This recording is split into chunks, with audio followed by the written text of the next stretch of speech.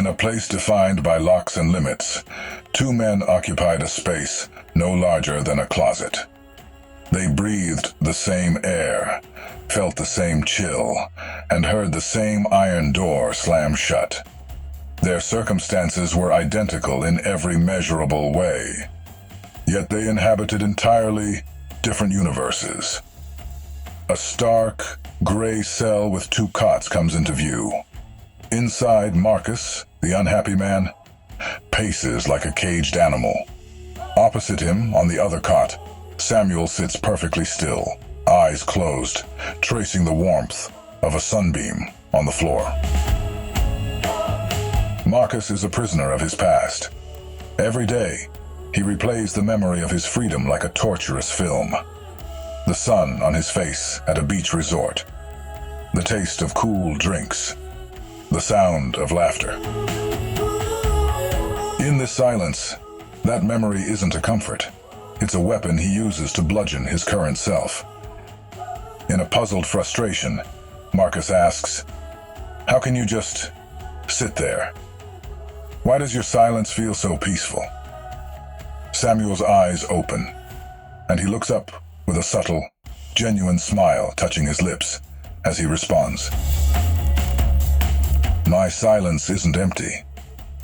It's full. It's full of the absence of screams." The question lingered in the air. Marcus couldn't grasp it.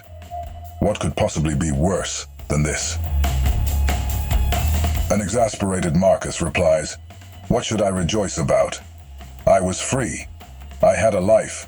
This is a tomb."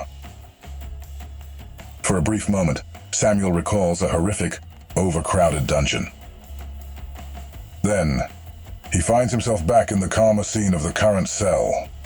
He doesn't flinch. He looks around the cell, a deep, almost reverent appreciation in his gaze.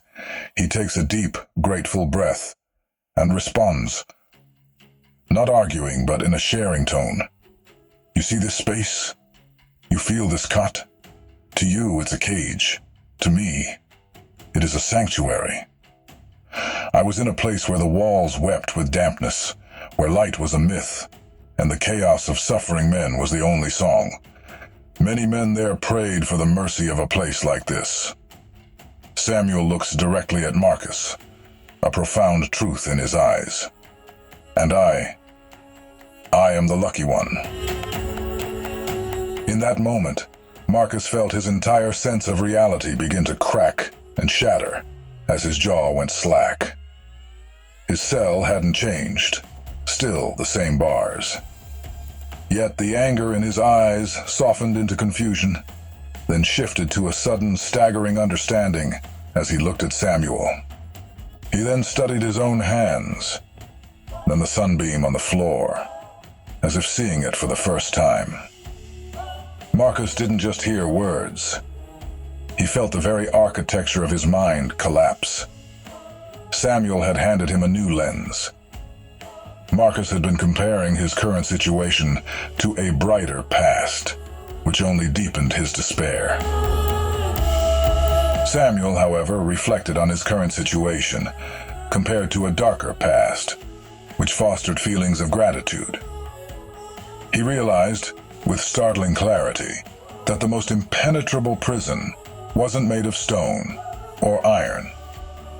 It was constructed brick by brick from his own thoughts, comparisons, and his focus on what was lost rather than what was present. The door was locked for both of them, but only one of them had found the key. Moral of the story: happiness isn't a result of your circumstances, but a matter of where you focus. What we see here is a powerful psychological principle in action. The happy prisoner wasn't just optimistic.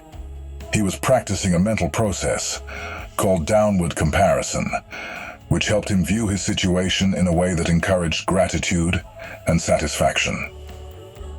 Your brain is wired to compare, but you control the standard.